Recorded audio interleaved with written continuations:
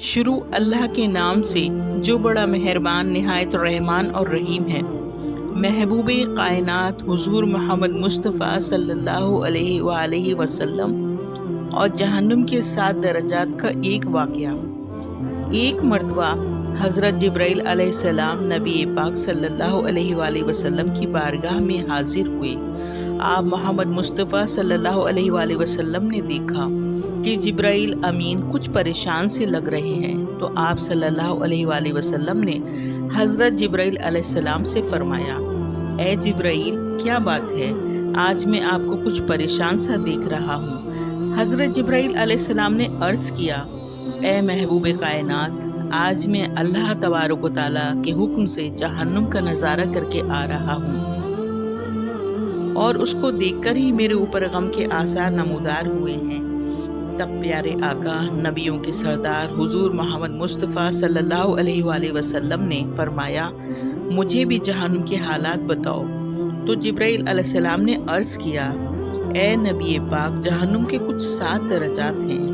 ان میں سب سے نیچے والا جو درجہ ہے اس میں اللہ پاک منافقوں کو رکھے گا، اور 6 درجے میں اللہ تبارک و تعالیٰ مشرکین کو رکھ ڈالے گا، اور 5ویں درجے میں سورج اور چاند کی پرستش کرنے والے لوگوں کو ڈالے گا۔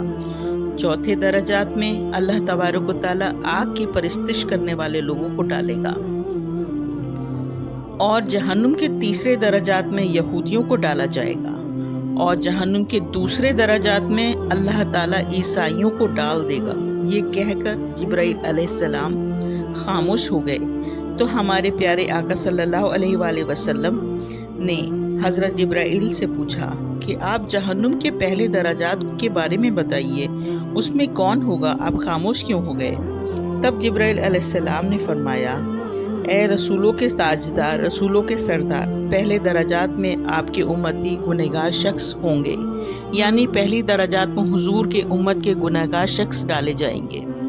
آپ محمد مصطفیٰ صلی اللہ علیہ وآلہ وسلم کی امتیوں کے لیے فکر کو دیکھیے، اور اپنے امتیوں کے لیے محبت کو دیکھیے۔ آپ صلی اللہ علیہ وآلہ وسلم نے جبرائیل امین سے جیسے ہی یہ بات سنی، آپ صلی اللہ علیہ وآلہ وسلم غمزدہ ہو گئے، غمگین ہو گئے، اور آپ صلی اللہ علیہ وآلہ وسلم نے اللہ تعالیٰ سے اپنے امتیوں کے لیے دعا کرنی شروع کی۔ 3 دن لگاتار دعا کرتے رہے۔ آپ نماز پڑھتے، مسجد میں تشریف لاتے اور نماز ادا کرتے، اور اپنے حجرے میں جا کر بند دروازہ کر کے اللہ پاک سے رو رو کر دعا مانگنا شروع کرتے، اللہ سے فریاد کرتے۔ جب صحابہ اکرام نے یہ معاملہ دیکھا کہ یہ کیسی کیفیت ہے حضور صلی اللہ علیہ وآلہ وسلم پر کہ آپ نماز پڑھتے ہیں، حجرے میں جا کر اللہ کے حضور میں مسلسل دعا کر مانگ رہے ہیں، حضور تشریف نہیں لے جا رہے گھر۔ جب 3 دن مکمل ہوا تو حضرت ابوبکر صدیق رضی اللہ عنہ سے رہا نہ گیا۔ آپ نے حضور کے حجرے کے دروازے پر دستک دی اور سلام عرض کیا، لیکن کوئی جواب نہ آیا۔ تو آپ حضرت ابوبکر صدیق رضی اللہ تعالیٰ عنہ روتے ہوئے سیدنا عمر بن خطاب رضی اللہ عنہ کے پاس آئے۔ اے عمر، میں نے سلام کیا لیکن سلام کا جواب نہ آیا، لہٰذا آپ ہمارے ساتھ چلیں، ہو سکتا ہے آپ کے سلام کا جواب آ جائے۔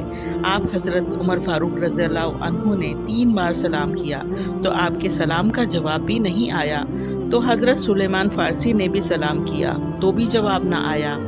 تو حضرت سلیمان فارسی نے حضرت مولا کائنات حضرت علی ابن طالب کو یہ واقعہ بیان کیا۔ تو حضرت امام ابن طالب نے سوچا کہ اتنی بڑی ہستی کو جب سلام کا جواب نہ آیا تو مجھے وہاں نہیں جانا چاہیے، بلکہ ان کی نور نظر ان کی بیٹی حضرت بی بی فاطمہ زہرا کو بھیجنا چاہیے۔ آپ نے حضرت بی بی فاطمہ زہرا کو سارا واقعہ سنایا، اور پھر حضرت بی بی فاطمہ رضی اللہ عنہ نے حضور کے دروازے پر جا کر سلام عرض کیا، السلام علیکم بابا جان۔ بیٹی کی آواز سن کر حضور نبی پاک صلی اللہ علیہ وآلہ وسلم اٹھے اور دروازہ کھولا۔ آپ نے سلام کا جواب دیا۔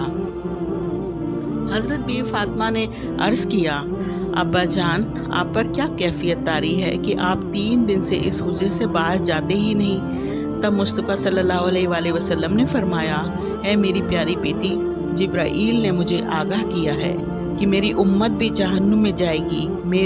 مجھے میری امت کے گنہگاروں کا یہ غم کھائے جا رہا ہے، اور میں اپنے اللہ تعالیٰ سے دعا کر رہا ہوں کہ میری امت کے گنہگار بندوں کو معاف کر دے اور جہنم سے بری کر دے۔ یہ کہہ کر آپ پھر سے سجدے میں چلے گئے اور دعا مانگتے ہوئے رونے لگے اور کہنے لگے، یا اللہ میری امت کے گنہگار بندوں پر رحم کھا، یا اللہ ان کو جہنم کی آگ سے بچا۔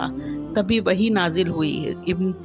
رب تعالیٰ نے ارشاد فرمایا، میرے محبوب غم نہ کرنا، میں تمہیں اتنا عطا کر دوں گا کہ آپ راضی ہو جائیں گے۔ آپ صلی اللہ علیہ وآلہ وسلم خوشی سے کھل اٹھے اور لوگوں سے فرمایا، میرے اللہ تعالیٰ نے مجھ سے وعدہ کیا ہے، وہ روز محشر میں مجھے راضی کرے گا میری امت کے لیے، میری امت کے معاملے میں مجھے سب راضی کرے گا، اور میں اس وقت تک راضی نہیں ہوں گا جب تک میری امت کا آخری جنت میں نہ چلا جائے۔ ہمارے حضور صلی اللہ علیہ وآلہ وسلم نے اپنے امت کے لیے کیا کچھ نہیں سہا، کتنی دعائیں کی، لیکن آج امت کیا کر رہی ہے؟ ساری سنتیں چھوڑتی جا رہی ہے۔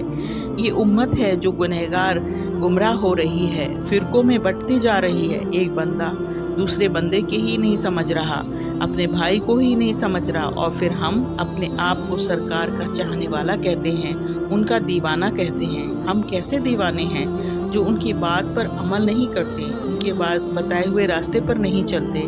ہمیں حضور کی سنتوں پر عمل کرنا چاہیے، نیک راستوں پر چلنا چاہیے۔ یہی ہماری خوش نصیبی ہے کہ ہم حضور کے امتی ہیں، صلی اللہ علی محمد صلی اللہ علیہ وآلہ وسلم۔